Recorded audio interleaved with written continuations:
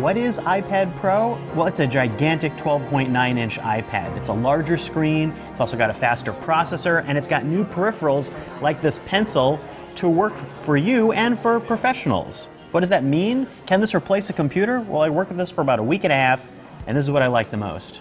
Here's what's great about it. Size. This is a 12.9-inch iPad, 2732 by 2048 pixels.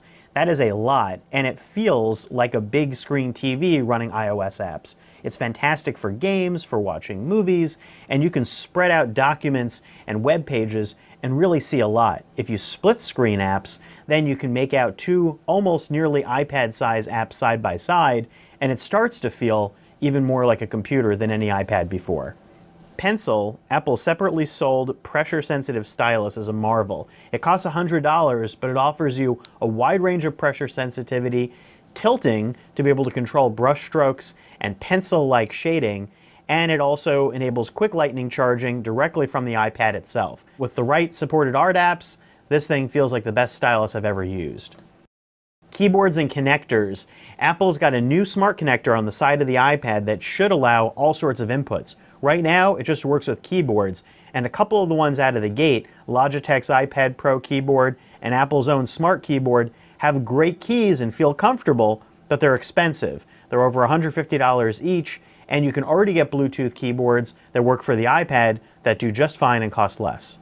Optimized apps and better split screen ones. If you can find apps that take advantage of this iPad Pro's screen resolution and its more advanced A9X processor, you're going to get some great photo editing tools, graphics apps, and things that are a little more powerful than you can get on another iPad. And split screen apps look great, but you're going to have to find the ones that take advantage, which right now there weren't as many as we would have liked. What's not great? Size. As big as this is, it's also harder to carry around. This thing's going to require a laptop-sized bag. While it's lightweight for its size, it's still wide and long and more cumbersome and loses some of that great iPad portability.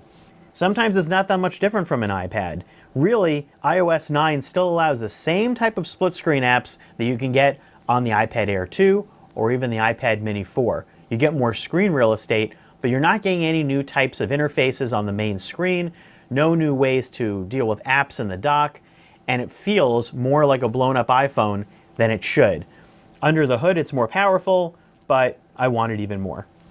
Cost. The iPad Pro starts at $800, but if you add in 128 gigabytes of storage in the pencil and the keyboard, you're climbing into the price of a premium laptop.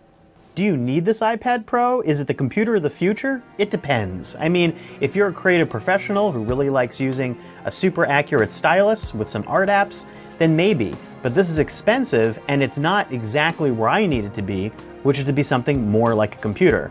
It's day one of where the iPad is going, and where I hope it's going is something somewhere between an iPad and a MacBook. But for now, for my editing needs, I'm probably going to go back towards that MacBook.